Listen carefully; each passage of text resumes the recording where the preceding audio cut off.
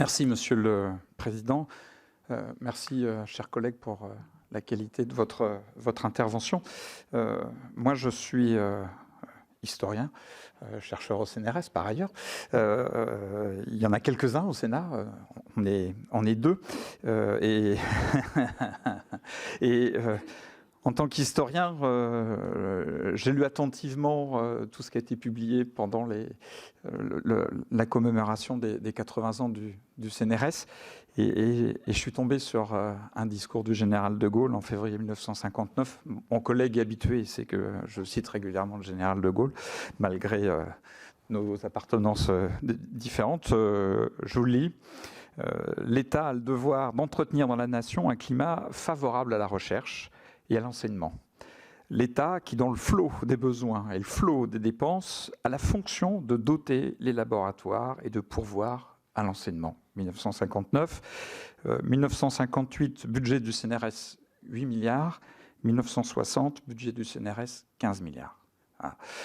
Là, pour reprendre les mots du président Larcher, il y a eu un agenda, une méthode et des engagements budgétaires qui ont été tenus. Vous voyez à quoi je veux faire aussi allusion.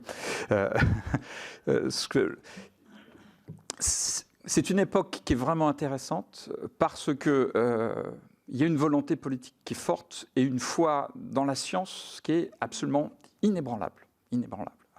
Et on apprend en lisant le journal du CNRS que le général de Gaulle régulièrement convoquait à l'Élysée des chercheurs sur tous les domaines pour lui faire un bilan de l'état et de l'avancée de la science.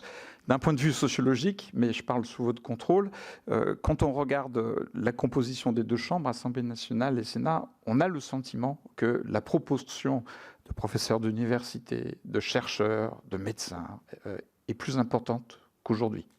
C'est le sentiment, notamment pour le Sénat, où l'essentiel des scientifiques se retrouve aujourd'hui à l'OPEX. On est quasiment tous là. Et mon sentiment en tant que parlementaire, c'est que la discussion entre parlementaires et chercheurs n'est pas facilitée par un éloignement que je trouve plus important que par le passé.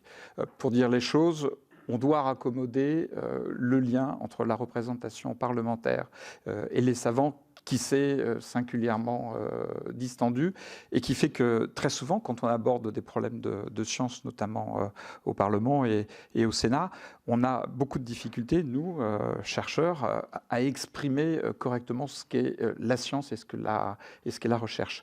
Donc par rapport à ce que vous disiez, je suis tout à fait d'accord, mais je pense qu'aujourd'hui, ce qui serait très intéressant, c'est qu'on puisse favoriser ce qui se fait par exemple au Royaume-Uni, c'est des stages d'immersion des parlementaires dans les laboratoires.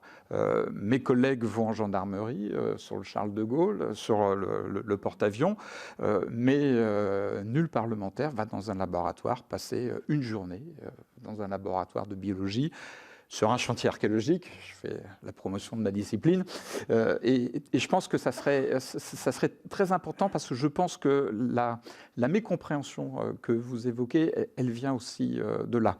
Je finis juste par un petit point. Moi, j'ai demandé au secrétaire général du Sénat s'il était capable de me dire combien de chercheurs du CNRS étaient intervenus. Alors, c'était en 2018. Il m'a dit, oh, sans doute une petite dizaine. Donc il a fait le bilan, parce que nous, on est en capacité de le faire, pas vous, Monsieur le Président du CNRS, il y en a eu 80.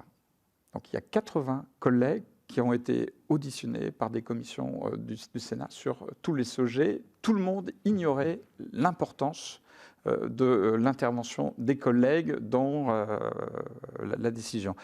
J'ai suggéré à M. Antoine Petit de rajouter dans la fiche d'évaluation des chercheurs, en SHS, c'est la fiche RIBAC, une case qui n'existe pas aujourd'hui et qui est essentielle, c'est j'ai participé en tant que chercheur CNRS à une audition parlementaire et j'ai apporté mes compétences de chercheur à la prise de décision politique.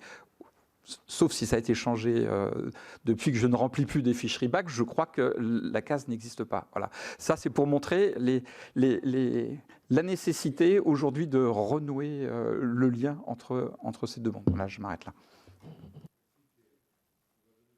parole au